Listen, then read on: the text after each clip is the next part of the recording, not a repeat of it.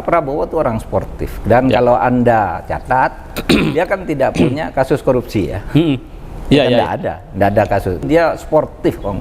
Ketika pajaknya ditanya Pak Prabowo, Anda mau calon presiden pajak saya ini orang BI cerita dengan saya, teman saya.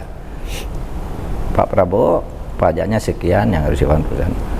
Mau bayar atau minta keringanan, ditunda atau diturunkan? Enggak. Ini milik negara. Saya bayar. Ini nama Profesor Dr. Mahfud MD itu mencuat di survei. Tertinggi suaranya sebagai cawapres. Ini bagaimana nih Pak, pandangan Bapak?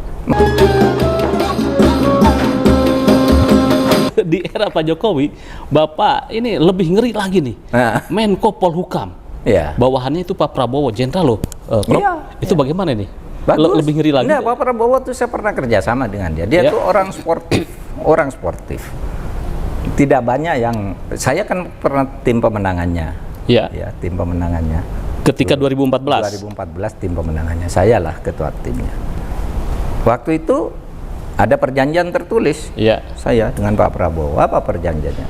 Saya mau menjadi ketua tim pemenangan Pak Prabowo asal satu saya jaksa agungnya. Saya jadi jaksa agung. Saya ingin nih nangkapi orang-orang yang macam-macam ini, saya bilang. Dan saya minta 4 menteri yang saya usulkan ke Bapak untuk diprioritaskan saja. Tanda tangan Pak Prabowo. Masih ada sekarang, masih saya simpan. Masih ada ya? Iya. Kenangannya. Sportif dia. Oke, Pak Mahfud, saya memang itu setuju gitu. Tapi kemudian sudah itu kalah, begitu kalah saya bilang Pak Prabowo, Pak, udah kalah, udah selesai tugas saya. Kan masih ada yang ngojok-ngojoi perkara Pak ke MK itu curang. Loh, saya bilang tidak ada kecurangan. Saya tahu saya mantan ketua MK. Ada kecurangan itu kecurangan kecil dan semua melakukan. Dan itu horizontal, bukan antar ini. Tapi Pak Prabowo kan dijajah tuh sama orang-orang harus maju. Ada ya dulu ada kan macam-macam lah yang sekarang jadi pejabatnya ada dulu. Maksud Pak Prabowo. Akhirnya saya keluar, saya katakan saya pamit. Karena Pak Jokowi sekarang menang, saya dukung dia. Gitu. Akhirnya ya saya waktu itu tidak masuk ke kabinetnya Pak Jokowi. Saya tahu diri juga, enggak mau lah. Waktu itu ditawari juga. Enggak, saya ketua timnya Prabowo, saya bilang. Saya sekarang keluar dari timnya Pak Prabowo, tapi saya enggak mau masuk kabinet. Saya bilang, kenapa? Saya timnya Pak Prabowo, Pak saya masuk. Gitu. Baru akhirnya di 2019 ya. Di 2019 saya ikut membantu di ideologi ya BPIP saya bersama Bu Mega, baru 2019-nya itu. Tapi tidak ada kendala psikologis ya dengan Pak Prabowo itu, Menhan dan Menko. Enggak. Itu saya katakan Pak Prabowo itu orang sportif dan kalau Anda catat dia kan tidak punya kasus korupsi ya. Nggak ada kasus. Sportif, Om. Ketika pajaknya ditanya Pak Prabowo, Anda mau calon presiden pajak saya ini orang BI cerita dengan saya, teman saya. Pak Prabowo pajaknya sekian yang harus dilakukan. Mau bayar atau minta keringanan, ditunda atau diturunkan? Enggak. Ini milik negara. Saya bayar. Waktu calon presiden tahun 2014. Orang BI yang cerita itu ya. Sportif. Kalau di situ dia sportif gitu. Dan respect lah kepada saya waktu itu sebagai ketua tim. Ya ini juga bagus. Saya jadi Menhan juga kalau ada perlu, Pak Prabowo saya mau ke kantor Bapak, saya ada perlu. Oh, saya yang menghadap Bapak. Datang ke sini, betul. Sportif maksud saya. Sportif dia sering ke sini gitu. Jadi tetap sportif. Nah itu menurut saya ya Pak Prabowo sebagai waktu itu. Ya sekarang waktu udah berjalan kita lihat mengalir. Baik Prof, ini ada statement yang menarik ketika kemarin Bapak menghadiri pelantikan Panglima nih. Itu yang tantangan ke depan bangsa itu masalah teritorial, kemudian juga masalah ideologi, dan juga masalah membacking itu para jenderal purnawirawan.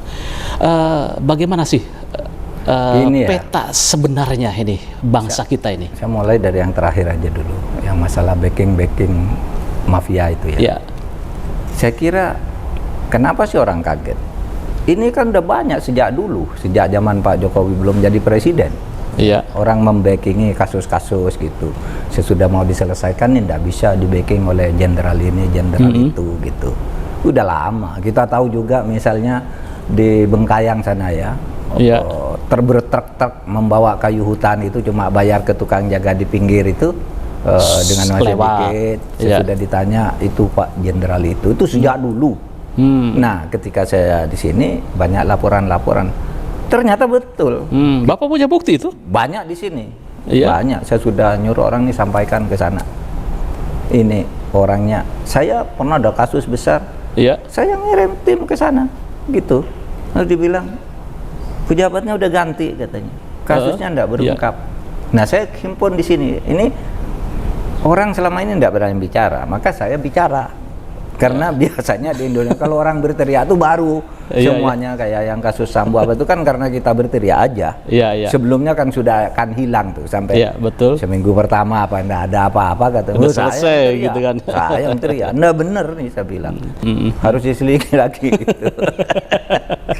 Ya di situ saya bilang kalau masyarakat sipil aja berani, masa pejabat yang sudah digaji. Tapi kok seolah-olah ini Prof itu didiamkan itu membacking dan mafia hukum itu? Enggak juga, karena kita sudah ngirim orang. Oh, sudah. Jadi ini tunggu saja ya. Iya, kalau diselesaikan, enggak usah ribut-ribut ini orangnya ini kasus. Selesai gituan ya. Ini orangnya ini kasusnya gitu. Artinya gini, kalau memang enggak mau ribut, ini dong direspon. Selesai gituan ya, diselesaikan. Selesaikan. Kalau perlu enggak mempan juga ya kita umumkan aja. Di mana siapanya gitu. Siapa yang punya saham ini, siapa yang backingnya ini kan kita. Kalau enggak benar jawab kan gitu aja. Betul. Iya, benar ada kasus gitu. Itu orang pensiunan jenderal diperas sama juniornya tuh ada juga ngelapor, juniornya bilang bapak juga dulu begitu katanya, lapor ke Menko Polhukam. Ada tuh namanya, saya utus orang ke sana. Betul. Ada begitu orang datang ke sana, perkaranya dilimpahkan ke pengadilan. Lalu dia jawab, Pak ini perkaranya udah nggak bisa di sini, udah di pengadilan katanya. Iya. Gila tuh, belum selesai langsung. Gitu. Nah cara-cara saya tahu caranya itu banyak. Nah kita harus bicara. Di situ ya. Bicara. Prof, pemirsa ya.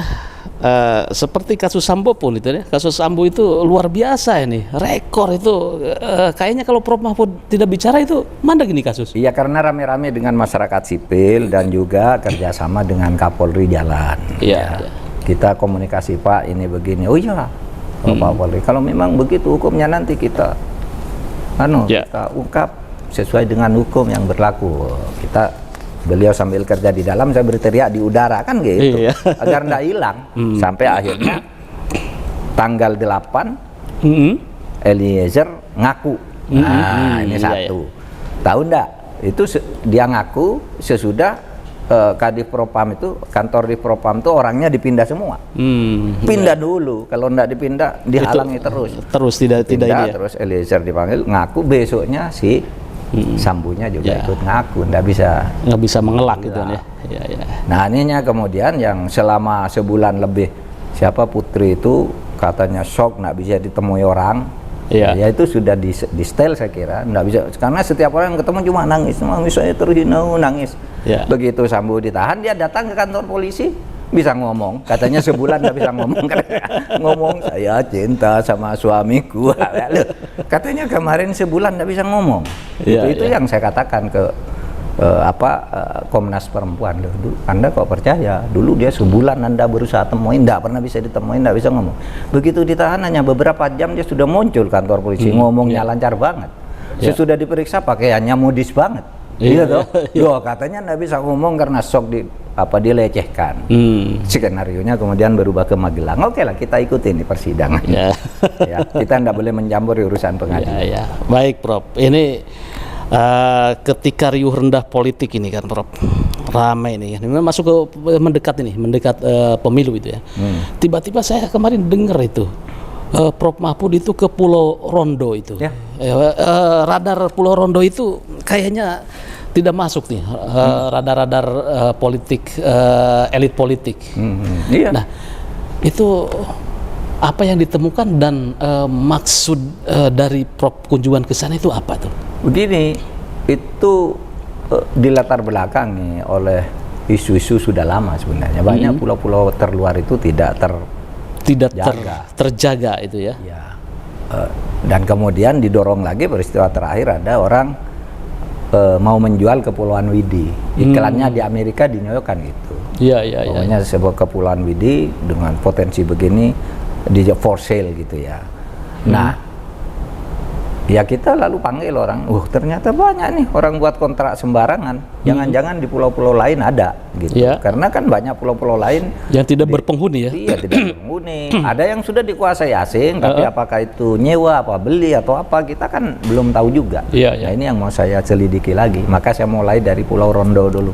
Pulau Rondo itu berada di daerah terluar di barat. Di barat ya. Sabang itu kan paling barat, tapi ini di luarnya Sabang lagi karena pulau kecil, tidak ada penghuninya, hanya ada 34 marinir di situ. Orang hidup di situ tidak ada. Nah, kita punya Mas